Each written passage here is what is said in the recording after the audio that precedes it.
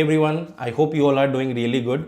So it doesn't matter what kind of career transition you are making, and since I'm from the data engineering background, I'm going to talk about that. So be it the non-tech profile or the software engineering profile, or eventually let's say you're coming from the data background, data analyst, BI developer, DBA or something like that, and you want to transition into the data engineering. So it's not like that your path is going to be always easy. Every transition comes with its own challenges and people have to go through with different things. Here the point is the transition into the data engineering is going to be seamless and smooth, but in some cases it will be little challenging as well. And that is the part where you need to work consistently on the demanding data engineering skill set, whatever is the demanded as per the current market is standard, and obviously working on the practical things, not just the surface level knowledge. And our today's guest speaker face these kind of challenges, and that is why I have recorded this podcast with him, where he's going to talk about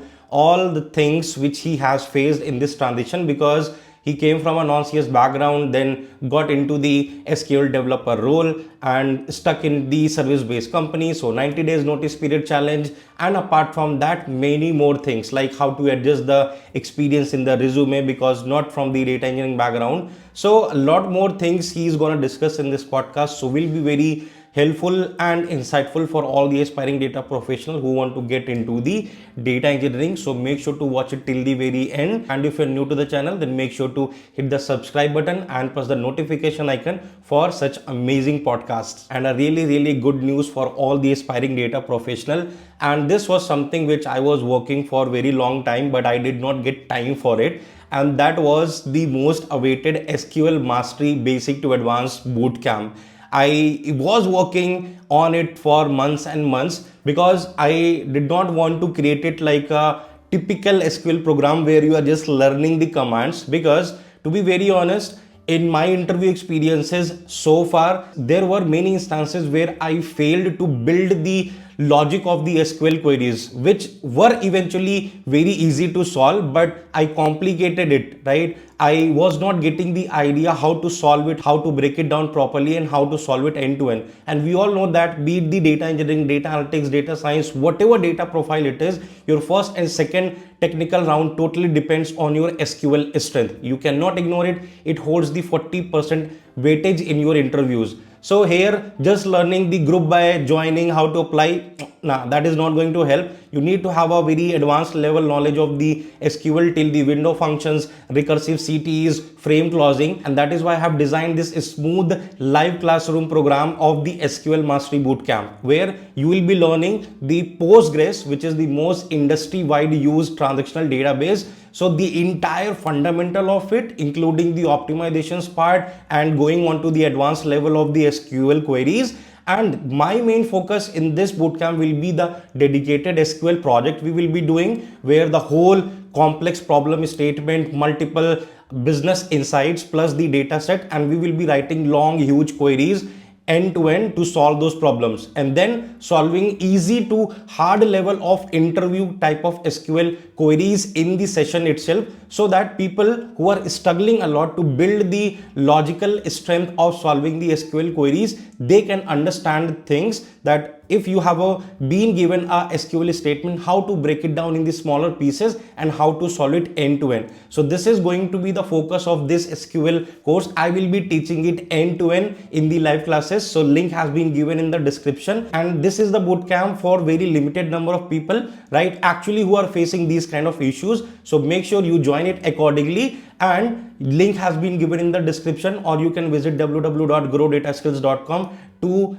join it really soon. And it is quite obvious that live doubt solving will be there, proper offline doubt solving in the private Discord, certificate of completion, proper quiz assignment solution, interview preparation guide for every single module. That is how it is going to be. So well structured, well planned, and obviously most affordable. And if you have any type of doubt that how people are getting benefited from my affordable data course courses, then I would say our results speaks for Grow Data Skills, which you can see on your screen. So what are you waiting for? Hurry up and enroll as fast as you can because of the limited seats. And if you have any query, any question you want to talk to me, then feel free to call or drop a WhatsApp DM on this number. I will be answering all your queries. All right. So thank you so much, Vaishnav, for joining me in this podcast. Really excited to talk about your journey and how you got started into the data engineering. But for anyone who's watching you for the very first time, they would like to know, okay, who is Vaishnav? So can you give a short introduction about yourself, like your college background and where you worked previously and where you are working currently?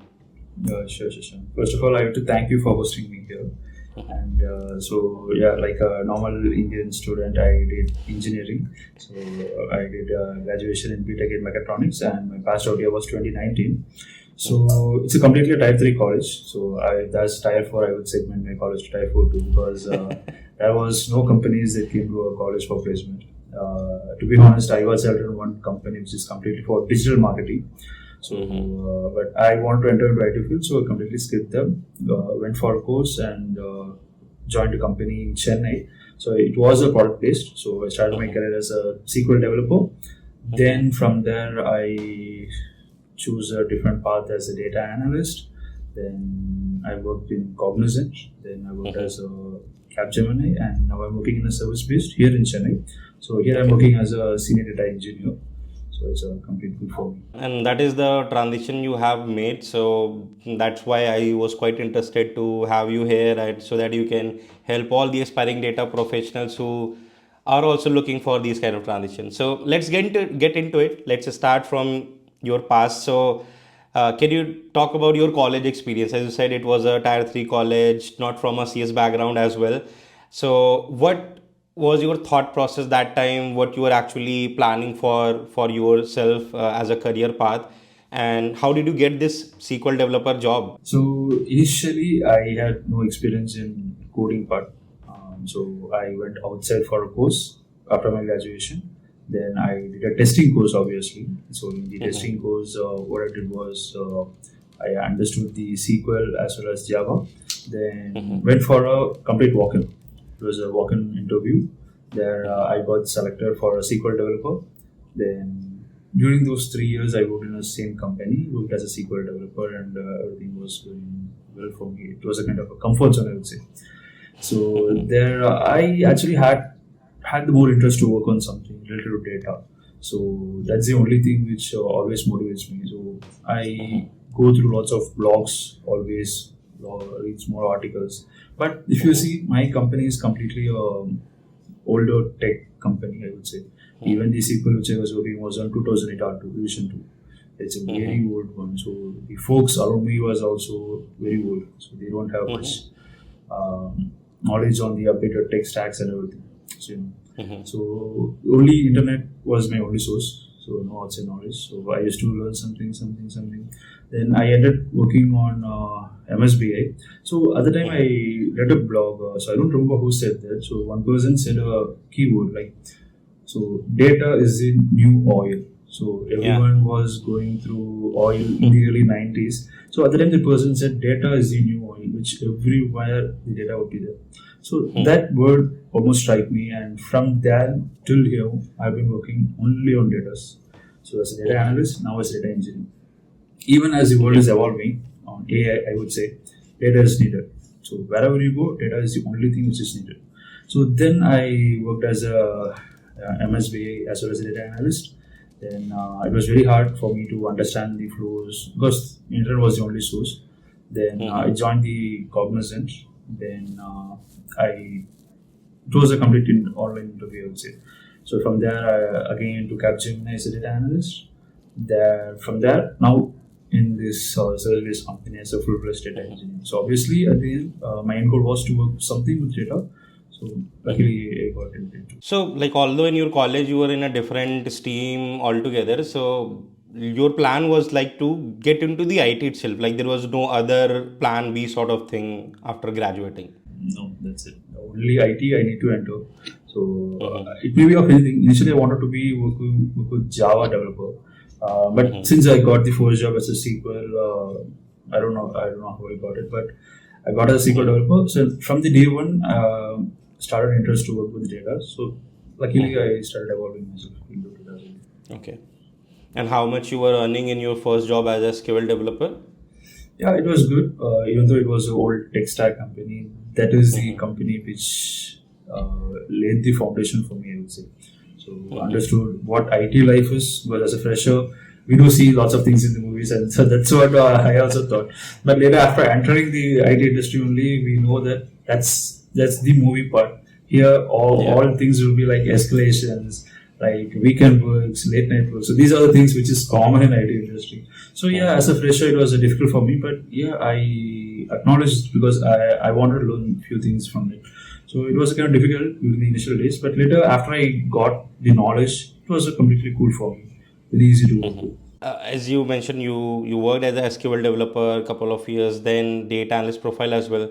So now I'm more interested to know at which particular point of time, right, you decided to explore and pursue your career in the data engineering, because to be into the data domain, data analyst was also one of the profile and you were already working. So I just want to know what actually triggered you that okay, now I think I should explore data engineering and I want to work as a full-time data engineer. Yeah, that's a good one. So if you see, when I was working as a data analyst, the main core coding wise, if you see, there'll be two things. One is SQL, and there was some companies if they use the R programming, then yeah, that would be the case. But main one is completely on visualization, as a data tool like Power BI or Pixel, whatever it is. So I was during that phase only the Copilot was introduced into the Microsoft Power BI. So whatever queries we do, using like I mean the tax queries, it would be just a prompt for the Copilot. So we don't have to code anything also. So SQL also we do have AIs, and for this also we do have AI. So obviously the data analyst job would be at some risk, I felt myself. So I thought, okay, let's evolve. So when I was going through lots of things in the internet, at that time only the data engineering, ML engineering was completely booming. So since I want to work in data, I chose this data engineering path. And initially, to be honest, it was very difficult. But yeah, that led me to this phase, I would say, because now I'm very happy that I chose the data engineering. So when you decided that okay, now my plan is to get into the data engineering, and after that, what was your approach for yourself for this kind of transition? Because one thing is for sure, you mentioned the data engineering profile is quite vast, versatile, lot of things to cover, but obviously to get started with something, there is some maybe limited things are needed in the beginning. So maybe from your point of view, from this transition story, I want to understand what type of approach you followed for yourself and the step by skill you like listed down for yourself. I will cover this thing and I will just get into the interviews. Okay. So initially, while I was going through the courses and everything, first I landed up in some other forum. So the price for the data engineering was almost like 1 lakh, like I already mentioned. So it was kind of very difficult for me to afford at that time. So then later I ended up in your course, which I'm very much happy, because if you see, both the modules are almost same. But here it's almost in 1 lakh, and here it's almost in 7,000 to 8,000. So I ended up in your course, brought it. Then, except the SQL module, I cleared all the modules which you mentioned. So there was the starting phase. So parallelly, it was very difficult too, and especially the Python, because since working with the declarative language like SQL and working something with programmatic, it was kind of very hard. But later, it was, once you practice something, it will be very easy for you. Once it's a proper practice, it will be easy. Just reading for 1 day and skipping for 3 to 4 days, and yeah, that's no use in it, seriously. So I used to prepare Python also parallelly. Then I would to go through your recorded sessions. But the one thing which I had was I gave some time for it. I took a proper time frame of 6 months. I set aside for the courses. Parallelly, for the 6 months, I was working on Python and the DSA. So initially, I was working on the linear structures. Then after 6 months, I was good with Python, linear structures, as well as your courses. So then I stepped into the interview process. So it was also kind of difficult, I would say, during the initial phase, because transitioning from the analyst to engineering there's a lot of difference. Because in analyst, most questions will be asked only on SQL and Power BI, and then I would say the interview session would be itself for just half an hour. But as a data engineer, the interview session is for almost like 1.5 hours for single sessions. And even I had one interview with a company where the interview session was almost like for 4 hours in multiple sessions, I would say. Yep. So, if you have to name, right, that was my question as well, the skill set which you are really confident, right, and you saw those were getting asked very frequently in the interview. So, if you have to name those 4 or 5 tech stack or skill set, which for any beginner, right, they are must to have. Okay. So the first one would be the SQL. So that's completely mandatory. I would say it's a universal language for data tables. Then I would say the Python. So Python is also a universal language which supports all the services and the tools as of now. Then I would go with the PySpark. So these 3 tools I would say is a more important one. Apart from this, we do have many tools and services. If you want to orchestrate, you can go with step functions if it's in AWS. Or Airflow, you can use it as an open source. Or for streaming, you can go with the Confident Kafka or Kinesis. That depends on the requirements and the companies which they ask. But in base, I would say Python, PySpark, and SQL are the most important fundamentals. And warehousing. Warehousing can be anything like Hive or Snowflake. That also varies. But coding part, these 3 are always important.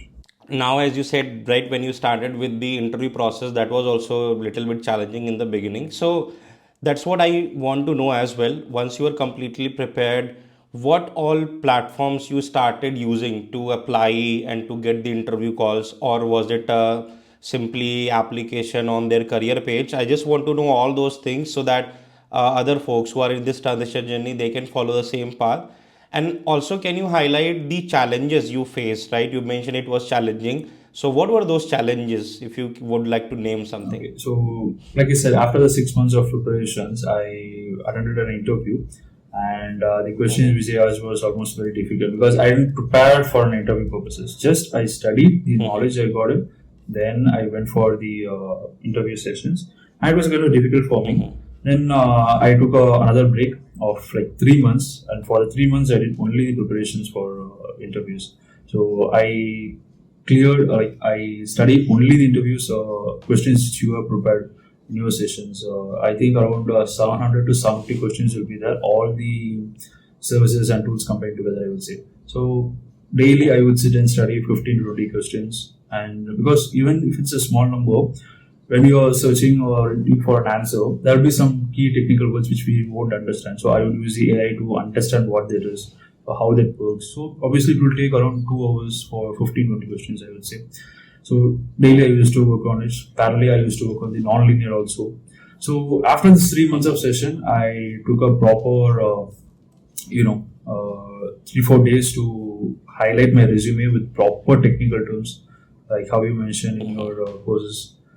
Especially highlighting the metrics like how much cost you have saved, or in terms of optimizations, what are things you have saved, like highlighting the metrical parts around. So once my resume was also set, then I started applying. So I applied mainly on Naukri only. I wouldn't say I applied through multiple forums. LinkedIn, I just mentioned as open to work, but still a few recruiters reached out by saying that. But mostly I would say it was through Naukri, and I would say it was also good because the response was way much higher. I would say for the 90 days, at the end of the 90 days, my Naukri profile, the search appearance was almost more than 1 lakh, I would say, which I have never seen. Seriously, I have never seen this. Even my friends, when they see, how are you getting? Because I properly mentioned everything to bypass the ATS. So the search appearance has went more than 1 lakh. Nobody believed it until they saw my Naukri app, even before, while I was transitioning, the search appearance would not exceed 2,000 or 3,000 maximum. That's it. For the 90 days, it will be like 2,000, 3,000. But for now, when I'm transitioning, it has exceeded like more than 1 lakh for search appearances, and recruiters' actions would be around 3,000, I would say. So 3,000 recruiters, they have contacted, mailed, or viewed my resume, profile. So everything combined together will be around 3,000. So at that point only I understood how your resume plays very much important role. Because that is your entry point. So that's the only thing which gives you a gate pass, I would say. If that's proper, then other things will be good to go, I would say. I see. Cool. So now with this one, I have few follow-up question I will be asking frequently. Did you face the challenges, or maybe I would say rejections or counter questions in the interviews itself because of your background, right? Did they mention, okay, you are not coming from a hardcore data engineering background, the analyst and the SQL developer? So were there challenges due to that as well, or it was like, I mean, they were completely okay with that one? They were completely okay. To be frank, only the IT industry has an advantage. So if you're good with your skill set, then you can transition to whatever you want. If you don't have the skill set, then that's nothing using. So I did have a proper project, and when I explained, they were completely good to go. I answered all the questions. Technically, if I'm good, then there is nothing going to stop. Even when I'm working in my current organizations, everything is almost similar to what I personally worked on. So I don't see a large difference. Few difference will be on the optimization part, but that is also good to go to work, right? Just 1 day or 2 days it will take to completely understand the flow. Otherwise, it's all easy. So I don't see it as a big hurdle. So next follow-up question I have, Vaishnav. As you mentioned about the resume, right? It is the entry point. We completely agree on that part. So did you suppress your past experience in your resume somehow, like you cut down that one and just try to show something around the data engineering? If you did so, can you elaborate a little bit on that one so that people have the idea how to actually put things in the resume for data engineering experience? Yeah, that actually happens. So we have to do that because unless you do that, even the recruiter won't call you, right? So they will be going through all the technical words. So if you don't meet the technical terms, that ATS will not pass and the HRs will not even see your resume. So what it was, I was already working in an organization with a business. I was a data analyst. I was working, so I do know how the data engineering team works because we do integrate with them. So we know the PPM team, which is the business team, how they work.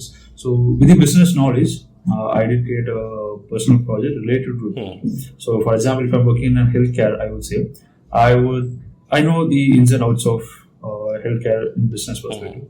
I know what is data engineering. So I would do a reference with AIs and LinkedIn forums and what are the open sources, how data engineering will be used in healthcare. So I would merge everything together, create a project properly, would highlight all the things. So that really helped in doing it. So unless you do this, nothing will happen.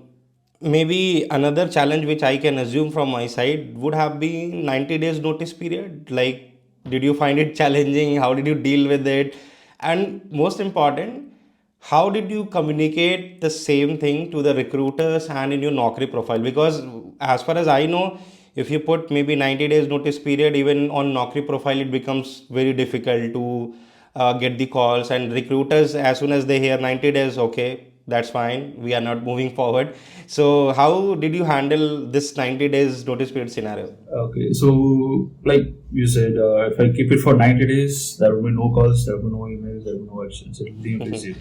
Even if they see, there will be no actions from there. So I kept it as 30 to 40 days. So once the recruiter called, would say the same, go through the flow. So if you see in most of these service-based companies, even if they say that there is urgency, something, everything, whatever they say, the offer letter which they are going to give would be 90 days from the date which they are giving. Most of the companies which I have encountered, Capgemini, you say, Cognizant, even while I was moving from my current organizations, I got certain IBM too. In IBM also they gave the 90 days. So that was my first company which I got the offer letter. So after getting the offer from IBM only, I dropped my paper. So then what I did was 45 days I didn't go into the profile because obviously there would be nothing to do. So once it was less than 45, I keep updating my profile and everything good to go. And then there was more calls, and then got started with multiple companies, and yeah, it was easy. I see. So it was like first you got some offer letter, you put down paper so that you are on notice period, and obviously once you are notice period, the interview calls will be very frequent. Yes, because if you put 90, there will be no actions, I would say. They won't even, they won't even understand you. Or they won't even, there will be nothing from the recruiter's end. So if you put at least 30 or less than 20 only, you can even understand what type of questions they ask. You see, technically, if you are applying for some positions, all the companies or most of the companies will be having the same questions only. Even the regular technical persons, if they want to ask, they will be asking from the internet only.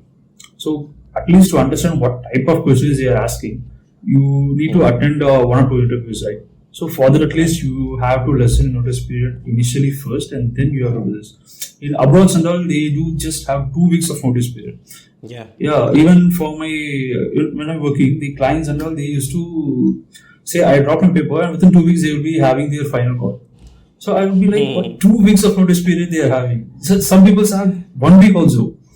See, for our India only, we only have like 90 days of notice period. See, imagine 90 days, the mental stress they have to go through the existing organization. They will be putting mental pressure or giving heavy workloads for them. These kinds of things happens only in India. And I personally never understood the point of having 3 months of notice period. Let's say your KT session is done in 15 days. Yes. What you are doing for next 2.5 months there? Just sitting on the bench. They won't even give you any dev work, right? Because they know this guy is leaving. So why the hell they are even paying me for next 2.5 months? Seriously, even I don't understand. Maybe they just want to torture us for leaving organization or what. I really don't understand the flow there. Could be a corporate torture because you are leaving our organization. Yeah, it happens in everywhere. Because even this is my 4th company. Till now, that I couldn't negotiate 90 days in any of the organizations. Yes, it becomes hard. Even if it's a big company, they say we can't do this. Even if you are in bench, they will say you can't do this. You were doing transition and you might have given interviews at multiple companies, as you mentioned. So if you have to summarize your entire interview experience, right, can you elaborate it, like how many rounds were there in general, and in each round what kind of things those companies were frequently asking in terms of the questions, so that it can help others as well? So here there are lots and lots of factors. So it depends on the company which you are applying for, which level of range of experience you are applying for. So these kinds of things play an important role. So before I go for an interview, I would search the Glassdoor. So for which position? So if you see, at least 30 to 40%, the core idea would be same what they have reviewed in the Glassdoor. So based on that, I would prepare myself and go. So for one company, I have went just 2 technical rounds. For one company, I have went almost 4 technical rounds. So if you see, IBM, I just had 2. For EPAM, I had almost like 4 technical rounds, like I mentioned. 3 technical rounds and 1 HR, so 4 rounds together. For 3 technical rounds only, I had almost like 4 hours of technicals together. And even for Tiger Analytics, they had just 3 technical rounds. So it depends on the company which you are applying for. But if you see, the core concept would be same. The technical questions, if it's a point of theory questions what they are asking, it would all be same for all the questions. If you're going with 𝗶ci𝗶𝗶, they'll be asking about the architecture or executors or workloads, how it does, how your memory is getting allocated, how your data flows. These will be the things. So if it comes to Python, the kinds of little bit of hoops concept or very, very basic DSA questions they'll be asking. And SQL, you obviously know, like they won't go much deeper into advanced SQL, but like window functions, partitioning, these kinds of things will be asked. And 𝗶ci𝗶𝗶, obviously, kind of small data frame segregation. These questions also will be asked. So it depends on the company which you're applying for. And some companies, they are even asked about system designs too. I would say there are modeling questions that are also being asked. So it varies from companies to companies. But obviously, the core idea is this. This is the logic which they want to use. If you attend 1 or 2 companies, you know this is the concept. Every company is going to follow. There won't be much difference. So the very different one which I attended was the Barclays. So that was the company. I even got selected, but like you said, like I know you know, right? So I couldn't go because of the HR things and everything. So that company only, the first round was technical, was also from the New York, so it was an on-site.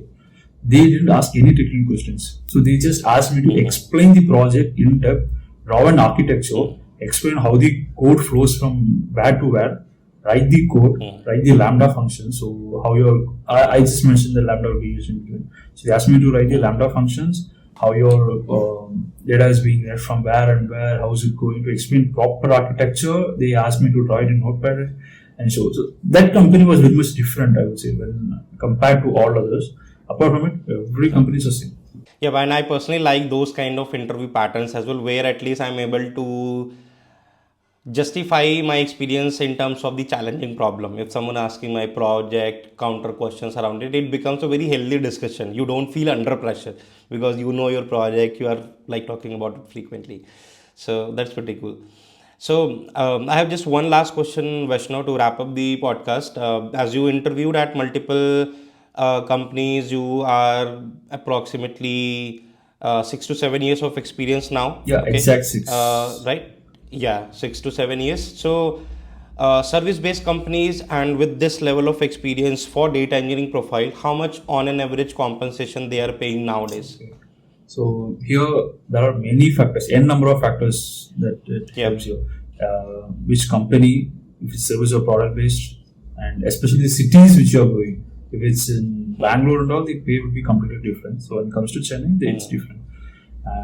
And your skill set, especially what level of skill set you are holding, especially plays here. So if you have cleared all the technical questions, the hiring manager, the person who interviewed you, they will allocate a bigger budget than what they were saying. And the budget plays very much important role. Sometimes the HR will say this is your maximum budget. You can ask for it. They will also give. In some cases, if there is urgent requirement for them, they would go beyond that. But an average for 6 to 7 years, I would say it will be around 30-32 lakhs per annum. You can easily get. Easily, I would say. It's a direct project. I had a direct client round. All of the companies were service. Especially in Chennai, we don't have much product based. Only one product based came Mostly from. consulting and service. Yep, yes. Mostly in Chennai, it's consulting and servicing only. Very few. Even I tried to apply for Amazon, but only the first round was conducted. That is an award assessment. After that, even the HR also didn't contact before or after too. Then we don't have. We have very less. You can even count in your fingers, I would say. I got started in Comcast. It was really good. The products which they have, right? So it's NBC Universal, Sky, all kinds of streaming platforms. Everything they were having, but the package they offered was very less than what I would need. So even if it's a big company, what they do is they give very less. So we'll be thinking if it's a big company, they will be able to provide you a higher package. No. Comcast recently they have some degradations in. Okay, apart from that's their end. But still, I'm saying when I'm actually I even dreamt of going to the company, but when they offered this package, I completely dropped that plan. So on an average, I would say easily you can go 30. Like 25 to 28 Yeah, on 25 above you can easily get. You don't have to stress it. If to be honest, while I was going from here, I had almost like 180% of hike I got to what I was earning before, and that is the highest which I have earned through my entire career. Imagine 180% is very much higher. So more than that. Yep, absolutely. Yeah, seriously. So I'm completely good with this. So I never dreamt that I could get this package in my life. Even if I was getting this, in my initial career, I thought that I would take almost like 10 to 15 years to get this package. So like a senior manager or VP persons, because that's the level of knowledge I had initially. So, but now I couldn't even believe because that's how data engineering. It's really booming. Like. And compared to other fields, I would say the main reason for that is the AI and ML only. Because for AI and ML, the data are needed, and for that, we data engineers are the only source. We comes into play. They are the front liners. Yes, we are like we go hand to hand. AI and ML, data engineers go hand to hand. So that is the only reason there is a very high demand for data engineers. So that's the market I would say. No, this gave the really insightful ideas, specifically the ones who are planning to get into it or a bit skeptical that whether I should go forward with the data engineering or not. So this podcast summarizes each and everything, your transition journey plus how the market is nowadays. So yeah, this was really insightful, Vaishnav, and I would be thanking you for the same, and a big thanks from the audience side as well that you came up here, you talked about your experience and share all the wonderful insights with the audience, and I hope this will help them in their transition journey as well. Yeah, I hope so. So that is pretty much I had for all of you in this amazing podcast with Vaishnav. I hope he explain everything what you are actually looking for. If you are also making such kind of transition, I'm pretty sure his experience gonna help you a lot. So by any chance it helped and you find it insightful, then make sure to give it a like in the big numbers. And if you're new to the channel, then make sure to hit the subscribe button and press the notification icon. And don't forget to enroll yourself in my live classroom, SQL Mastery Basic to Advanced Bootcamp. The live classes will be starting really soon, only limited seats, and you will be learning how to solve the actual interview problems. So hurry up and enroll as fast as you can. Link is in the description, or you can visit www.growdataskills.com. And if you have any question, any query for me, then feel free to call or drop a WhatsApp DM on this number. I will be helping you with all your queries. Till then, bye bye, take care.